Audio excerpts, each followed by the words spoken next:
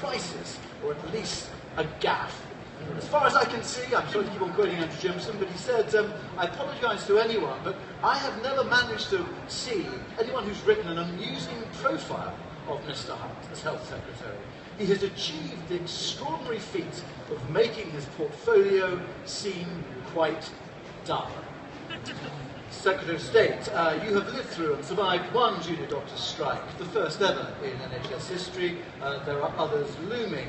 A new contract imposed on 54,000 junior doctors in the NHS, and now, as I say, a series of rolling strikes. Hardly a quiet life. Do you think Andrew Jimson would change his mind now? Thank you, Tim. A wonderful introduction. Andrew Jimson also described me as the politician most similar to a children's TV presenter, which I think was meant to be, from a political journalist, a big insult, but I think I've given him and other people a bit more to write about for actually very unfortunate reasons in the last year. But thank you for introducing me. Thank you, everyone, for inviting me to Expo. And congratulations again on an absolutely fantastic show. I think it goes from strength to strength. We've got new and exciting things, new faces here this year, but the buzz is there, and I think that says a huge amount about the way things are really changing in the NHS behind the headlines, and in a way that sometimes isn't picked up in what people read in the papers. I am also delighted to come back here as Health Secretary after our change of Prime Minister. There were one or two moments when I wasn't sure that I was going to be coming back as Health Secretary. I used to say that I had the safest job in the Cabinet because no other Cabinet Minister wanted it. But I'm not sure that it did feel like that at every moment during the course of this year. But what I would say is looking after public services for the people who vote us in at elections is always core business for any government. But health is different. It's got a bigger budget. Our budget is double the education budget, 3 times the defence budget, 10 times the police budget. It arouses bigger passions. If you ask people in survey after survey what makes them most proud to be British, they say it's the NHS, ahead of the royal family, ahead of the armed services, ahead of the BBC. It's right there, and indeed we are more proud of our health system. 58% of us are proud of the NHS compared to 39% of Germans. So it's a connection that runs very, very deep. And the other big difference is that we are much, much more affected by changes in technology and science than any other sectors. Whether it's this morning's story of an exciting new immunotherapy drug for pancreatic cancer that shows great promise, whether it's the incredible potential of genomics. A couple of young girls recently were diagnosed at Great Ormond Street having a rare genetic disease that they haven't been able to understand what it is for their entire lives, and genomics has made that possible, and that's a totally extraordinary change. Or it's the changes that we're about to see. Bob alluded to some of them in his inspirational talk earlier this morning, but when I went and met Bob Wachter this time last year in San Francisco on that same visit, I met scientists who describe how in one drop of blood there are 300,000 biomarkers, and they predict that within the next decade, rather than going to a doctor for a diagnosis, most of the time we'll be taking a monthly blood test at home which will analyse those 300,000 biomarkers, and we'll be able to spot disease much, much earlier than we are able to at the moment. And many people think that the changes that we are about to see in healthcare will transform humanity by even more than the internet has done over the last 15 years. And so, in that context, it's very important to be clear-headed about where we want to go with the NHS, which is why Expo is actually a very, very big statement of intent. And I would say that if you look at the internet, it's a very important comparison. Most of the changes that the internet have brought about, they've improved customer service in many areas, but they are essentially driven by efficiency.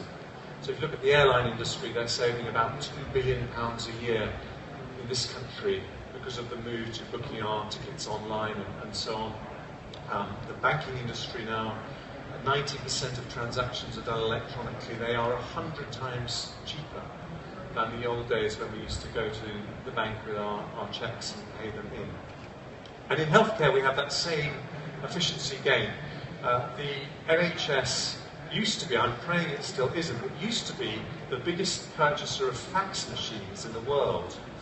And this was because every time someone was discharged from hospital, the hospital would faithfully send a fax to the GP surgery with a discharge summary. I'm pleased to say now 70% of trusts do electronic discharge summaries. And so we're moving away from that. But those efficiency gains are very, very important as we try to stretch limited resources to the increasing aspirations that we have from the NHS. But what I want to argue today is that there are two very profound ways in which, again, this electronic revolution is quite different. And one of them Bob said very powerfully this morning, which is there is an immediate link to clinical quality and safety.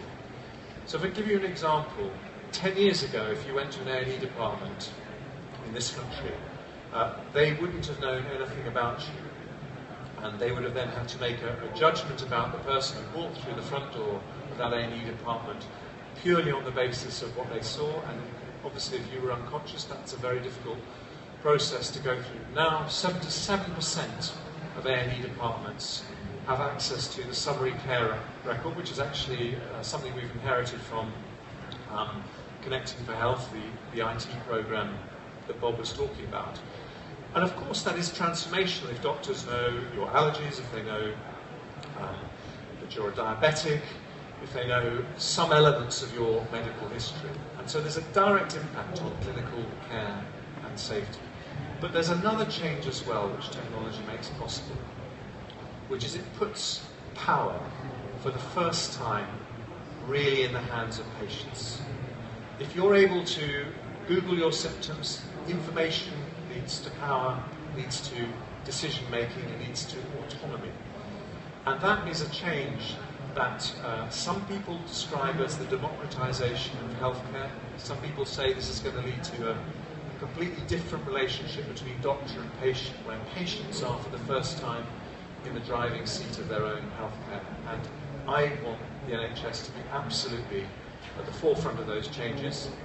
I've been Health Secretary now for 4 years and 3 days, and I've always been very enthusiastic about technology, and that's why I came up with the original paperless 2020 commitment. But when I went to California last year, I thought it's time to actually just take stock. And I just want to say a word about Bob, because Bob, I think, has done a truly extraordinary service to the NHS with his report. I wanted Bob to do this because, and he won't mind me saying, I think he resisted a little bit at the start, because I think he sensed that it was going to be a huge undertaking, because the tech world is full of visionaries who say the future's bright, the future's exciting, amazing things are going to happen. There are many fewer people out there telling you how things can go wrong. And I'm going to give Bob's book a real plug here, because The Digital Doctor is a fantastic, the best exposition I've seen of how things can go wrong, how things did go wrong in many ways in the US, but also not losing that excitement, optimism, the sense of possibility. And Bob talked a lot about how we have a lot less money in this country than they have in the US. What he was too modest to say was that on the basis of that, he agreed to do his work for absolutely no fees at all. So that's why I'm very happy to plug his book by way of a thank you. But I would just like to thank Bob, his wife Katie, the committee who worked extremely hard, and also Harpreet Sood from NHS England. I think they did a fantastic job, and I think we should just recognise it.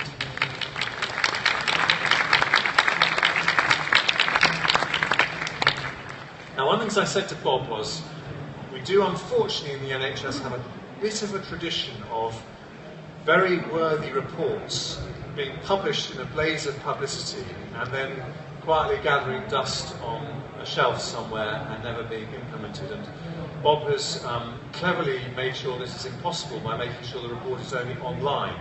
But this is too important to ignore. And what Bob, I think, is very clear about is that we're doing very well in the NHS when it comes to primary care records. He was kind enough to say that we are world class. And in fact, 99% of GP surgeries offer online appointments. 98% offer the ability to do repeat prescriptions online. 97% allow you to access your medical record online. And that, combined with the completeness of the GP electronic record, gives us great potential for the future, because we now have a good medical record, and the question is how we get it around the system. And that's a good start. But he was also very direct in his message to us that our hospital IT systems are not up to scratch. And that's why I think his report is a sobering read, but a very important read. And so I think it's very important that I now explain how I think we want to draw the lessons from what Bob said. And I think the single biggest point that Bob makes about the way hospital IT systems work is that there is huge variation in the system. Just as we know there's huge variation in clinical quality, and we're making huge efforts to reduce that variation, we still have huge variation. I can think of an A&E department that I visited where a nurse told me that 2/3 of her time in the afternoon shift is filling out forms to get patients admitted. And in that particular hospital they had, I think, 14 different IT systems. Every department had its own IT system. You compare that to somewhere not far from here, Salford Royal, which has a very good IT system, and not only that, but it's interconnected with the community healthcare and the GP healthcare system in a way that I think is really world class. But Bob's honest observation is that none of our hospital IT systems anywhere at the moment are world class. And that is not good enough for the NHS, and that's what we have to change. And so then the question is how we get there, and I think he is absolutely right to say that people will need to go at different speeds. A hospital in special measures, which has severe problems with their A&E performance or their waiting times or whatever, may not be ready to invest in a huge IT transformation program, and we need to recognise that. But I think the first thing we want to do is to make sure that we have a group of hospitals that by the end of this Parliament really do become world class, if you like, an Ivy League of hospitals. And so working with colleagues from NHS England, and I welcome Matthew Swindells to his job. I think he's a fantastic hire. But working with colleagues from NHS England, we are able today to announce that Ivy League of hospitals. There may be a few additions to this at a later stage, and we're calling them Global Exemplars, not because they are global exemplars now, although we're very proud of what they've done, but because our ambition for them is to become global exemplars in the next few years. And let me unveil the names of those trusts.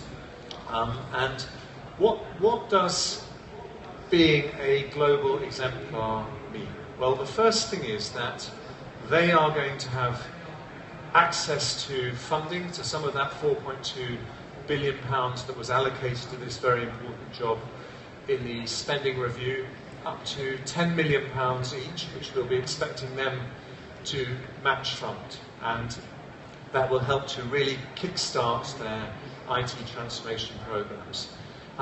We are also, for all of them, going to set up an international partnership with a hospital or an organisation that we think has already got to where they want to get to. One of the lessons we've learned from the special measures programme under the new CQC inspection regime is that buddying hospitals with other hospitals that have already done what they're trying to do is a very effective and often a fast way of making improvements. So I'm certainly hoping that Bob's Hospital, the University of California, San Francisco, will take on one or two of these exemplars, but places like the Cleveland, the Mayo, Harvard, Kaiser Permanente, places that are absolutely world-class, we are hoping will partner with our hospitals in the UK in a programme to make them absolutely up there with the best in the world over the next few years. And then we have another group of hospitals, what Bob described as the B group, who are ready to seriously digitise. They may not be quite in the place that these global exemplars are, but we're going to call them national exemplars, and we are going to invite hospitals to apply to become a national exemplar. And they will get up to £5 million each initially. If they progress, they could become a global exemplar, so we're sort of getting our inspiration from the Champions League, the Premiership, and so on. But the thing is that that group of trusts will need support, and so we're going to do something for the first time, which I think will make a very big difference in terms of the support that we offer them. We are going to set up an NHS Digital Academy based at a UK university that will be a centre of excellence for helping hospitals understand the kind of lessons that Bob was talking about this morning, the things that can go right, the things that can go wrong, how to make a success of it, and how ultimately to become best of class in the world. And so today we are launching a competition to find a university partner for the NHS, because this will be based at a university, who can host the NHS Digital Academy. And I think that's a fantastically exciting opportunity for any university to do. And let me just, I put up here some of the things that we're expecting to do, but one thing in particular, which is one of Bob's recommendations, is to help us train a generation of clinical leaders who are going to be the CCIOs of the future. And that is a big deficit in our workforce skills at the moment. I think one of the great insights from Bob's book is that IT transformation programs fail if they don't have clinical leadership. And I think one of the things that we have to make sure is that every penny we spend improves doctor productivity, because then we'll get doctor buy-in, nurse buy-in to these changes. So the NHS Digital Academy will be a very important part. And then, just as we have in our football leagues, we will have the possibilities of promotion and relegation every year. But our objective is to bring everyone up to the standard of the very best by 2023, as Bob recommends in his report.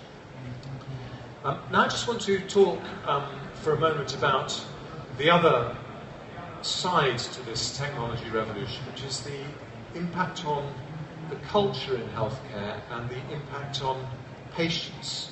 And I want to put up a picture of someone who doesn't normally feature at Expo conferences, Angelina Jolie. And the reason I've put her up there is not just because she's a good way to cheer up a speech on health technology, but because she actually did something completely extraordinary a few years ago. She discovered that her BRCA1 genes gave her an 87% chance of getting breast cancer. And then she took two very brave decisions. The first was to have a double mastectomy, and the second was to tell the world what she'd done and why she'd done it. And I think that is an incredibly powerful example of patients taking control of their own healthcare destiny.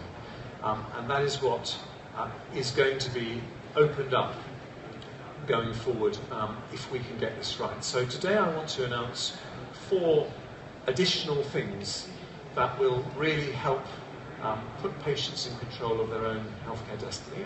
And the first is around the website My NHS, which we launched a couple of years ago. It has 700,000 data points. It's the most comprehensive collection of healthcare information about any healthcare system anywhere in the world. And this is where people can see the quality of care at their local hospitals, their local GP surgeries, what's happening in public health, in a way that really gives people knowledge that in many other healthcare systems they wouldn't have.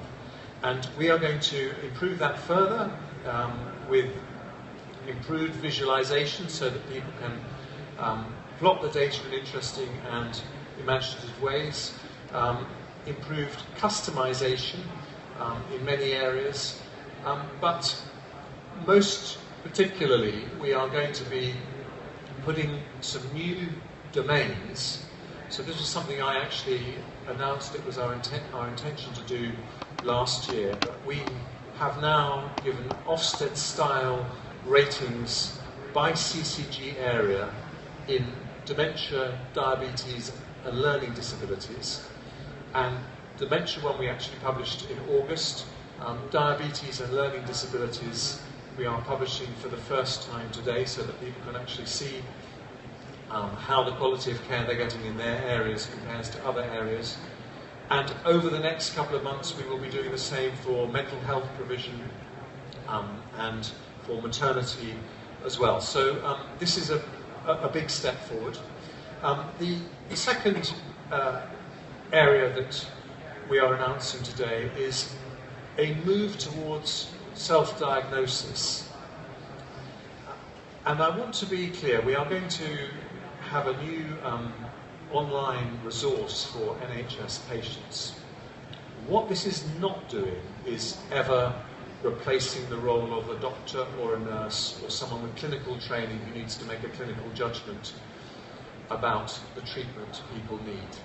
But if I can give the analogy so as to be clear about what we're saying, if you think about the 111 service, at the moment if you dial 111, you'll speak to a trained call handler who is not clinically qualified, and then they take you through an algorithm of questions, and on the basis of your responses, a judgment is made as to whether you need to speak to a clinician or not. And those questions, for many people, would be more convenient if they were done online. And if the result is that, having gone through that algorithm, you need to speak to a clinician, then that's exactly what you'll do. So this will be moving the front end, the non-clinical part of 111 online, and I think this is something that people will find extremely helpful. It's an online resource. People Google their symptoms the whole time, but wouldn't they like to have something that's trusted and approved by the NHS as a resource to give them more information? So that's 111. And then the third thing that we are announcing today, which again is an extremely exciting development, it is now possible for NHS patients to access their medical records online. But you do have to go to your GP surgery and get a password which you can then use in order to do it. We're going to set up something similar to the blue button system that they have in the US, where people will be able to access their medical record online without going into their GP surgery by identifying themselves through a series of security questions that we already use for other government websites, such as when you renew your driving license. And my intention is to launch that service at Expo next year. But I think that will be something that's really valued by many NHS patients. And then finally, we are going to make a very big move in the next 12 months into apps and wearables. I wear a Fitbit. Many people use apps. What's going to change with apps is the way that these apps link directly into our own medical records. And by March next year, NHS England are going to publish a library of approved apps in areas like mental health and chronic conditions like diabetes. We'll also, in the next 12 months, be having a competition because we think we need better apps than the ones that are available in the market. We don't want to develop them ourselves, but we want them to be developed by entrepreneurs who have specialist knowledge and the creativity to do this. And these will link into people's medical records, and again, we hope to announce those at Expo next year. Let me just finish by saying this, I think, is something, this direction of travel is something that is going to be warmly welcomed by the clinical community as well as by doctors. Because clinicians know, when we look at the evidence from things like the Expert Patient Programme, that outcomes are better when people take ownership of their own condition and responsibility for their own condition. And I just want to finish on a note of optimism, because I'm incredibly aware of the pressures out there on the NHS front line at the moment. When I became an MP in 2005, there was huge national debates about the NHS, big protests about reconfigurations. I remember Patricia Hewitt was Health Secretary at the time. At the end of that decade, that government didn't get everything right, but we did have the lowest waiting times in the developed world for elective care and emergency care. And that was a huge achievement, and I think that decade will be seen as the decade when we sorted out access to care in the NHS. In this decade, we've had to deal with financial pressures, but we've also had to deal with mid-staffs, and we are now seeing the importance of quality and safety becoming absolutely central to everything we do in the NHS. We've got the new CQC regimes, a real push towards eliminating clinical variation, and I think this decade, at the end of it, will be seen as the quality and safety decade. And I think the next decade will be, because of all this technology, the patient power decade. The decade where we use these incredible IT systems to put patients in control of their own destiny. And let me just finish with a story about Ronald Reagan, who was once accused when he was president of being out of touch by a young student who said, you know, when you were born you didn't have television, you didn't have space travel, you didn't have computers, you didn't have jet engines. And Reagan looked at him and smiled and said, yes, you're right. We didn't have those things, we invented them. And I think this is our moment to invent the future and make sure that we can carry on being proud of the NHS as delivering truly the best service anywhere in the world. Thank you very much.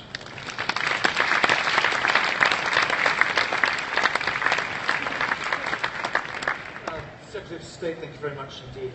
We will take questions for the next 20 minutes or so. Can I just start by asking you, you said you weren't sure whether you'd be here this year, and you talked very optimistically about, well, confidently about next year.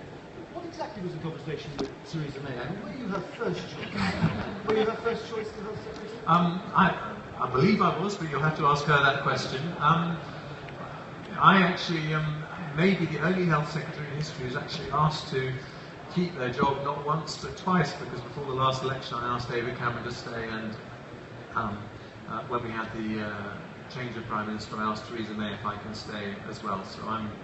You didn't go in there wearing your NHS badge, did you? That was because I made the fatal mistake of believing the BBC. The BBC said Jeremy Hunt to be moved. So I believed them, but I was wrong. But you were in there for quite a long time. There was quite a period of time when you weren't sure. Thanks to the BBC. Right, take blame for that. Right, questions. More serious questions. Sorry, microphone. Thank you for today. My question is about innovation around social media and video. What's your views on the NHS's use of social media and videos, whether that's from professionals or from patients? Thank you. Well, I think this is an area where there are some very exciting possibilities. So, if I could give you an example, when we're talking about the changes moving to an online version of the 111 service, a call handler can ask questions. If you have a rash if you're actually able on a screen to click on the picture that looks most similar to the rash you have, then the potential of getting an accurate diagnosis more quickly is greatly enhanced. And I think this is an area where clinical practice is changing, but we have hospitals now that have red button services with older patients living on their own, where they can press a red button and they're connected through their TV set to a nurse in the local hospital. So I think actually this has got huge potential. I think when it comes to social media, we are all on a learning curve, including myself, and I don't look at a great deal of social media right at the moment because I haven't found too many nice things about me, but I think it's something that has huge potential. We have someone from patients representative here, from the lady in the front. Hi, I only found out an hour ago I was going to speak to you, so I'm a bit nervous. So I'm going to just talk to you directly. For 20 years I've been crippled with depression, borderline personality disorder, and recently with physical. Now, borderline personality disorder, for 20 years that I've had it, is a dirty word, but recently there's been, no one would like to diagnose you with it at all, but recently there's been more, well, say for instance with me, 15 years ago I was in A&E all the time. I was wrestled down by security, and I had a nurse standing over me saying, you know exactly what you're doing. And I wasn't, because it's emotional. It was to do with, anyway, borderline personality. And since I've been doing service representation, there is a lot of people in the hospital, inpatients on mental health wards with borderline personality disorder. Now, for me, what changed my life was I went on something called mentalization-based therapy. It was very expensive. I've been on so many different therapies. Would you mind that? We're very interested in your story. Okay. Is there a question? What I want to know is this mentalization-based therapy and this borderline personality, which costs so much money, if you actually just think and you actually put a pot aside, you will save so much long term, and you will also save so many families' lives. Is that a priority sector?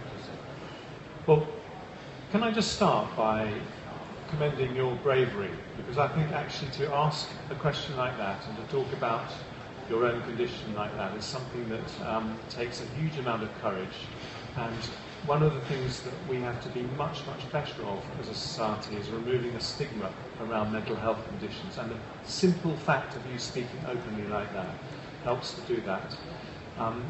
The truth is that I think we've only woken up quite recently to the power of mental health treatments to transform people's lives. We know that in around 50% of cases, proper mental health treatment early on can completely cure people's conditions. We know that 3/4 of mental health conditions are established in people before they're 24, and we don't do as well as we should. So we have a big program. I will take away, if you leave me your contact details, I'll take away your comment about that particular treatment and find out what the NHS's approach is. But thank you for asking the question. Question over here, gentleman with the glasses. Do you want to just, whoever wants to raise a question, do you want to just put your hands up now so I know where I can go to? Okay, you first. John Parry from TPP. To use old CFH speak, I very much welcome your 4 new pillars. I think they're great innovations. I would like to know, though, and this I think aligns with the benefits to be accrued from WAPTA, the basis of primary care information system we have, is what your opinion is and how we're going to deliver access to the patient detailed care record across the NHS, the broader NHS, the whole NHS, and of course in future social care as well. Well, I actually think we have very good plans that are very well developed.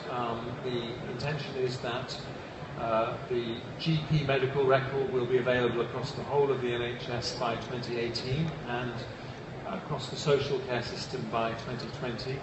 And this was these plans that we talked about last year at Expo, and those plans are part of what we're committed to delivering through the 4.2 billion programme. The bit that I think has been missing until today has been what we do about hospital IT systems and how we utilise those GP medical records effectively so that consultants and doctors in hospitals are able to use them. But we are absolutely committed to doing that. And I do want to mention the social care system here, because Bob's report was primarily focused on the acute sector, but we are very aware with chronic conditions of the crucial importance of integration with the social care system, and actually electronic integration is the very first step.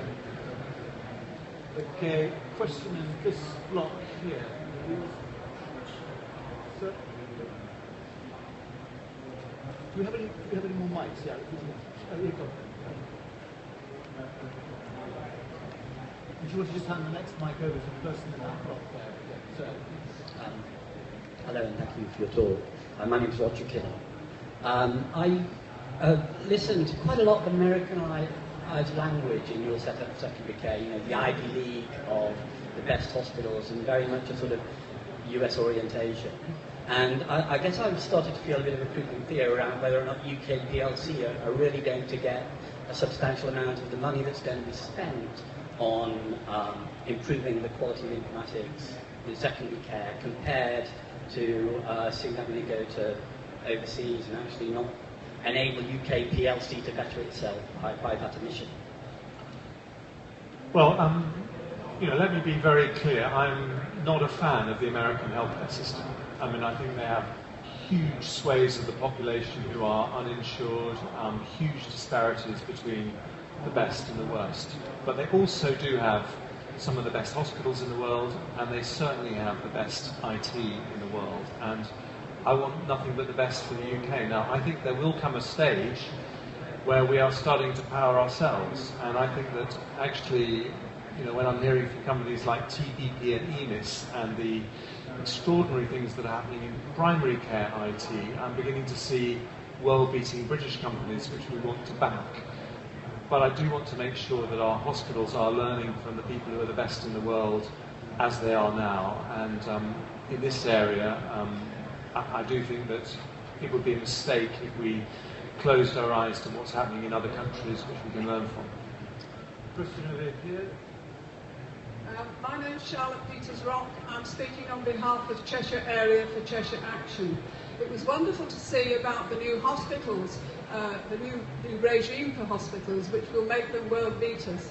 But living as I do next to Macclesfield Hospital, which is £24 million in the red and rising, we have deep concerns over whether we will end up with the American-style system of one or two wonderful hospitals and not much for the rest of us, when we've paid in a national insurance the whole of our lives to be able to have a national health service.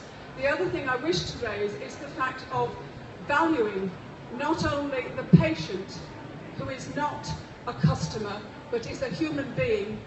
As those people outside show, they say this is our NHS. I believe they need an answer to say, yes it is, and we will look after your interests. Right. And also there is the question of valuing the workforce, which is the second point of that question. If we have junior doctors leaving the service because no one will deal adequately with them, this is a disgrace on the national health. We really must have better treatment for our workforce than this, please. All right, thank you. Can we split that? Yeah, of course.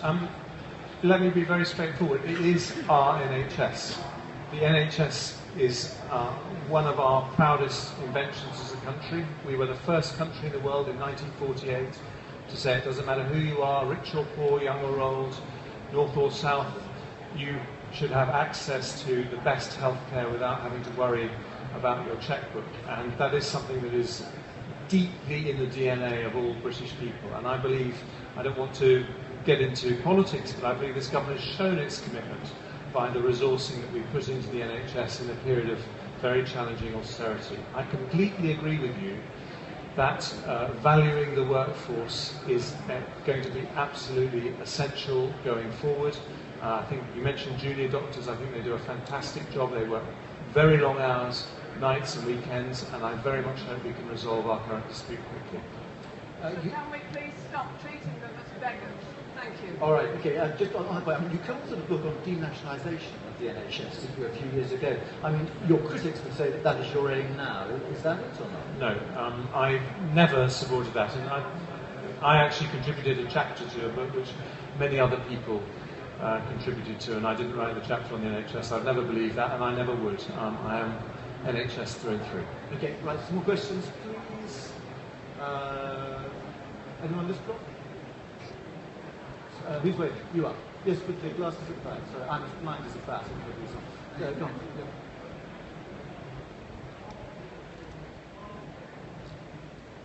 Yeah. And you afterwards, yes. Hello, so thanks for coming again and telling us your insights. In regards to the apps in particular, and you mentioned clinician end user uptake and discussions with them. If most of the junior doctors were to tell you that the app was unsafe, would you impose it anyway? Well, I'm pleased to tell you that you'll be pleased to know that the decision over the apps is not going to be made by me. It's going to be made by colleagues at NHS England under clinical guidance. Does that answer your question? Right, so. Hello, my name is Duncan Hammond. I'm a pharmacist married to a general practitioner, and we both work and live in Greater Manchester. I'm very interested in your observation a few moments ago that you didn't want to get into politics, but I'm going to ask you this question anyway. Over the last 4 years, the proportion of the total NHS budget that's been given to GPs has fallen by over 3 to 4%, whilst their workload has doubled. How can you possibly be somebody who has the DNA of the health service within your DNA and allow that to happen when you're asking them to do more and more work to them? I don't get it. Well, I think we have made false economies in the NHS, both when it comes to general practice and when it comes to mental health, where we've had a system where money has been sucked into the hospital sector because the political priority has been meeting A&E and waiting times targets. And when there have been pressures in local areas, then the primary care budget, the mental health budget, has been the one that's suffered. And I think that's wrong. And that's why, following the spending review that we announced in December, we now have a new settlement for general practice, which will see the money going into general practice go up by 14%, £2.4 billion a year. It's a significant increase, and it has, I think, been welcomed by the GP community. And I think we need to also make sure we do something similar with mental health, which has also suffered in the same way. And why is that important? It's because general practice mental health is about prevention, and if we can get to people earlier, stop people needing to go to hospital, that is better for them, but it's also better for the NHS. Okay, I'm going to take 4 more questions. Lady there, lady at the back, that man there, and over there. Okay, so let's go. Good afternoon, Georgia Holbrook. I'm a patient representative. I applaud the fact that you are looking to use modern technology in order to facilitate better communication within the NHS, because sadly not all parts can speak to all parts at this moment in time, but also with patients or customers. What I would like you to remember, however, is that the paperless NHS cannot lose sight of those people who do not have adequate access to the internet. Some people choose not to have that access, and some people are geographically based, so the access is difficult. I want to be assured that they are not going to end up with the B-grade service, because whilst I recognise that my 15-year-old grandson would only be parted from his mobile phone if it was surgically removed, I know of other people who would prefer not to. So I just want a reassurance that you won't forget those people as you're moving forward, because I really think we do need to embrace technology and its possibilities far more.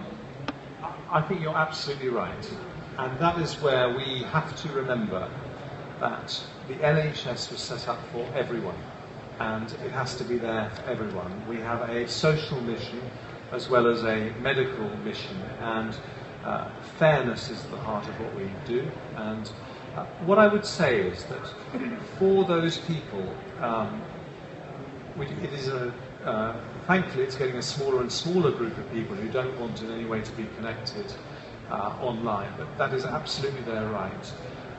There are still huge benefits in this agenda. Those are often older people who have complex long-term conditions, maybe a combination of diabetes and COPD and depression and whatever it is. And for those people, if they are regular users of the NHS, there are huge benefits in wherever they go in the NHS, the doctor or nurse they see knowing the whole picture, which doesn't happen at the moment. So I think they will feel the benefit in terms of the improvements in care, not being asked the same question 1,000 times and so on. But we absolutely must make sure that they aren't disadvantaged by the kind of changes I was talking about today. Okay, question over there. Yes. Hi, my name is Susanna and I'm a young person, and I just wanted to ask a question. Basically, I am about to study my A-levels and I'm wanting to become a doctor, and my question was basically that as a young person we have a very one-sided view of the NHS. Obviously, as you know well, all of the things in the media and everything like that, and I just wanted to ask, what is your priorities in terms of actually involving young people in the NHS, getting them kind of excited? I think healthcare is amazing, I think the NHS is amazing. I think it's saddening that I don't know many people wanting to enter the career in the NHS, and I just wanted to say that I feel it's really important, because I can see in 30 or 40 years this room could be empty unless something's done about kind of the one-sided view that all of the young people are getting about it, and I just wanted to see what your thoughts were on that. Well, Susanna, my thought is very, very simple. Please become a doctor, because we need bright young people to go into medicine, and I think it's an incredible profession. I think if you look at what we're going to need as a society with the ageing population, we are going to need more doctors, we're going to need more young people going into medicine. And what I'm committed to, and I fully understand that there are battles that all health secretaries have, and media don't like to report good news, but what I want is the NHS to offer the safest, highest quality care anywhere in the world. I believe we can. I think in many ways we do already, but if we're really committed to that, we have to be honest about the things that we don't do well as well. One of them is hospital IT systems, which is a small part of what patients would worry about. But for you, as someone who I hope will become a doctor, what I want you to have is the data that you need to give them very, very best advice to your patients, the very best treatment to your patients, and that's what I'm committed to, that's what we're all committed to, and that's what I think we can deliver. But just in parentheses, IT systems, which have cost billions, have been written off because they haven't worked in the past. Yes, and I think that's why it's important to approach this issue with an element of humility. I think what Bob said about learning the lessons of MP Fit, but not over-learning them. And we don't want to make the mistakes that were made in the past. I think big, clunky systems designed in the Department of Health, rolled out to the whole of 1.3 million people, is a recipe for failure. But what we're trying to do today is harness the enthusiasm of some fantastic work that's happening on the ground and use that as an engine to bring everyone else up to the best standards. Something fun to please, lady here and gentleman. Hi, thank you. My name's Laura, I'm a GP and I also work in patient safety at my local hospital. I just wanted a bit more information about your IT plans and about the GPs, the hospital having access to the GP record. It's equally important that the GPs can see what happened during the hospital stay as well. And I wondered if that's something that you thought about. Absolutely. I mean, first of all, we owe a very big thank you to GPs, because if GPs hadn't ignored government advice 15 years ago and said, actually, we're not going to be part of Connecting for Health, we're actually going to set up our own IT systems, If they hadn't done that, we probably wouldn't have the fantastic electronic records that we have now, thanks to EMIS, TPP and the other suppliers, which is actually going to be the basis of the single shared electronic health record. So we are, as I think I mentioned earlier, 70% of hospitals do electronic discharge. So I want you as a GP to have access to what happened in the hospital. You won't need to know what happened every hour and every day, but when someone comes to see you, you want to see what happened during their stay. I also want you to know what's happening in the social care system. I think, if your patients who are in residential care, who are being checked on a daily basis by nurses in care homes, I don't know why they couldn't update something that appeared on your EMIS record or your TPP record that told you. So I think there's huge opportunities for GPs. Final question? Sir? Hi, I'm Sam. I'm sure you'll agree there's some fantastic innovations, outside here today. And one of the areas that I specifically work in is that of telehealth, which specifically looks at managing patients with long-term conditions, COPD, heart failure, diabetes, in the community to keep them at home, self-managing, managing their condition, as opposed to sitting on the ward unnecessarily. The problem that I think we face is reaching scale and uptake. There are many great pilots of this across the NHS. We have more pilots than BA, but really, I just want to know what your commitment was to really reaching scale of these fantastic proven technologies to help manage people much more efficiently and effectively in the community. Well, I share your scepticism about pilots, but actually we have got it happening for real in parts of the NHS at the moment. There are some fantastic projects that I've seen in Yorkshire, for example, where telehealth is a reality in care homes and hospitals. I think, just going back to the earlier question, I think telehealth might be something that is transformative for GPs as well. Many GPs rightly say they want to see a patient, they want a patient to be in front of them in order to make a clinical judgment. But they're much happier to make a judgment over the phone or by Skype if it's a patient that they already know. And I think if we can strengthen that relationship between doctor and patient, I think that's another way that we can make a reality of telehealth. We're out of time. Secretary of State, thank you very much indeed for spending so long taking questions. We're back at the top of the hour, achieving world-case cancer outcomes, transforming the whole patient pathway. I'd like to see you all then again. Thank you.